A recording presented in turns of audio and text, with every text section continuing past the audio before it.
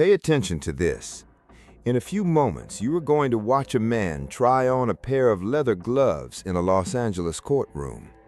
You will watch him struggle, his fingers stiff, his face contorted in a mask of effort that looks more like a performance than a physical reality.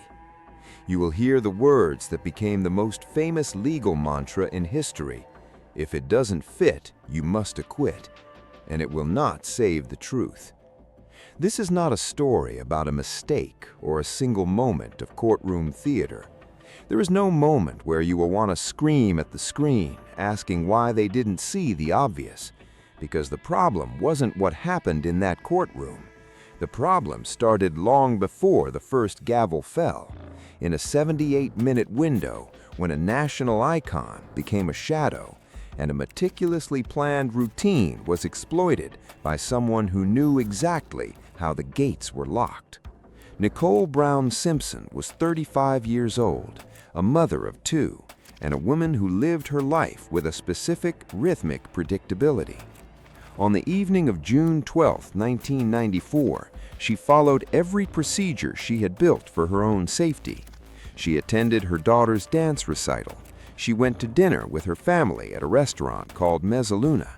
She returned home, put her children to bed, and prepared to end another Sunday. She did everything correctly. She checked the locks. She stayed within the visible perimeter of her life, and it would not save her. The problem wasn't what she did that night. The problem started years earlier, in a cycle of observation that the prosecution would later call a crime of study. To understand how a man who followed no rules still won, you have to understand the 78-minute shadow between 9:36 p.m. and 10:54 p.m. Nicole's routine was data. To someone watching, her movements weren't just movements, they were vulnerabilities. The time she came home, the way she walked her dog, the specific gait she used when she didn't want to deal with the main entrance.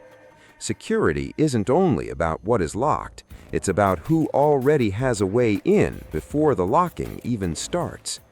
In this case, the way in wasn't a physical key, it was a psychological one.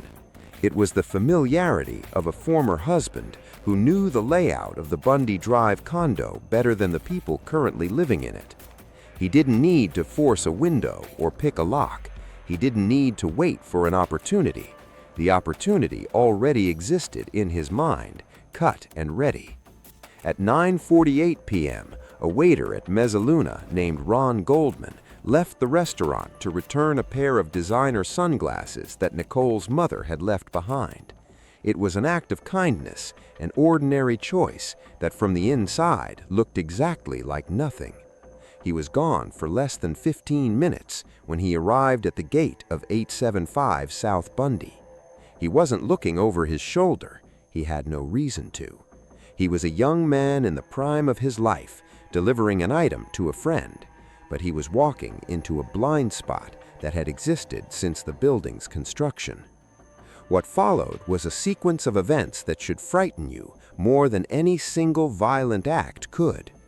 Patience in a predator is premeditation wearing a calm face. Between 10:15 and 10:20 p.m., neighbors heard what they described as the plaintive wail of a dog, Nicole's Akita.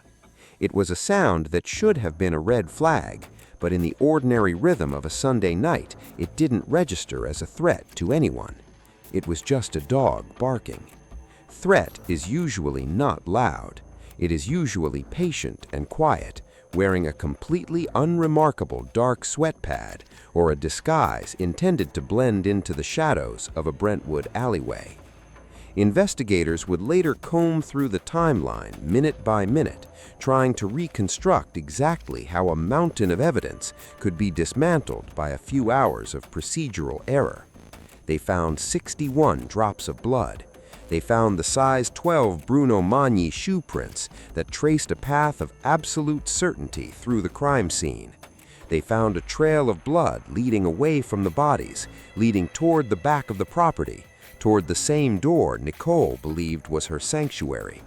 The front door was never actually the vulnerability. it was the misdirection.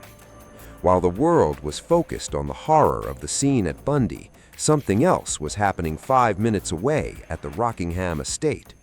A white Ford Bronco was parked at a slight angle, not close enough to the entrance to draw attention, but not so far that it lost sight of the perimeter.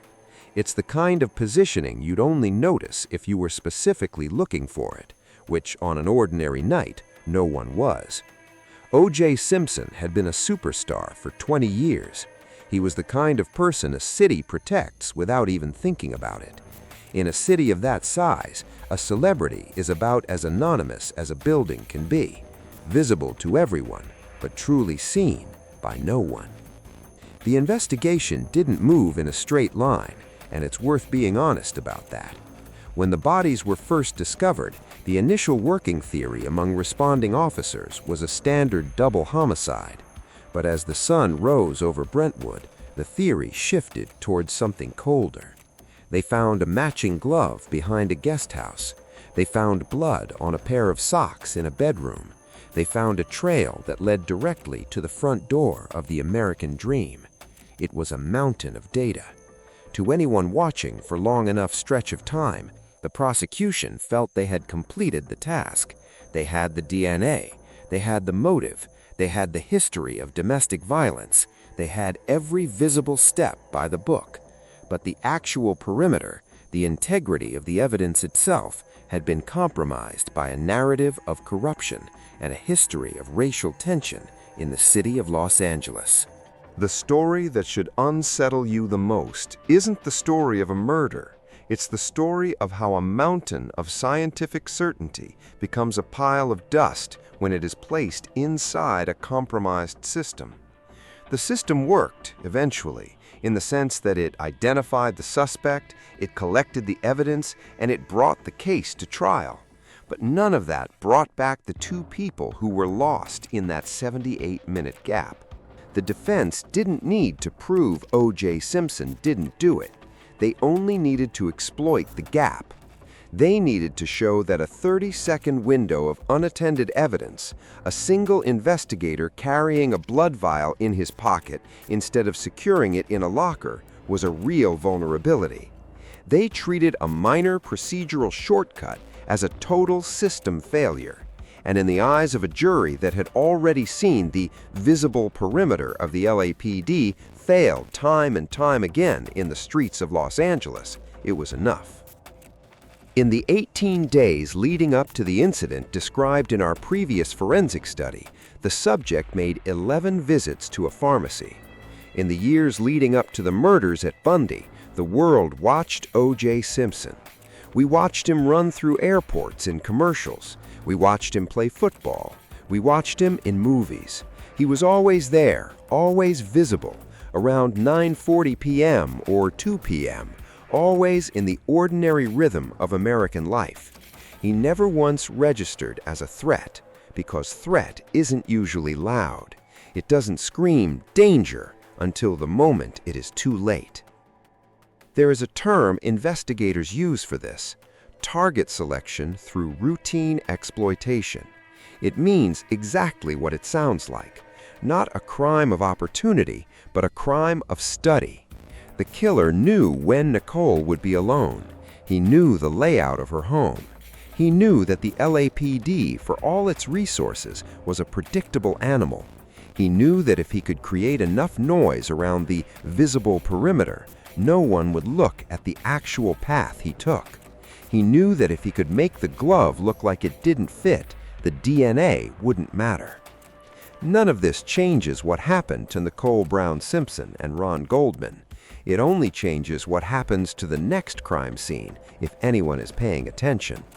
Municipalities and police departments across the country have since used cases like this one to argue for updated forensic protocols, better blind spot coverage in the chain of custody, mandatory two-person procedures for handling blood samples, key control policies that treat a 30-second gap on a lab counter as a real vulnerability, not a non-event. Because a second set of eyes changes the entire math for someone counting on being alone with a piece of evidence they've already learned to manipulate. What matters here isn't the blood on the ground, it's the wall. The wall that made two scenes in the same city at the same moment completely invisible to each other until they weren't.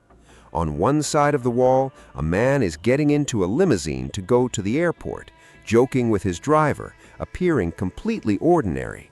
On the other side of the wall, two families are about to be destroyed. The story of the O.J. Simpson trial is the ultimate false completion moment. The prosecution walked away from their final presentation feeling satisfied, believing the building was sealed, believing the deadbolt of DNA evidence was secure. They tested the handle hundreds of times in their minds, but they had no idea what was waiting in the back of the store. They had no idea that the invisible step of public perception and procedural doubt had already made their visible steps meaningless. It is not a comfortable idea. It suggests that safety isn't always something you can verify by checking it twice. Sometimes the compromise happened before you even knew there was something to check. If there is a single image from this entire saga that investigators and legal scholars still reference, it isn't the one of the white Bronco chase. It isn't even the one of the verdict being read.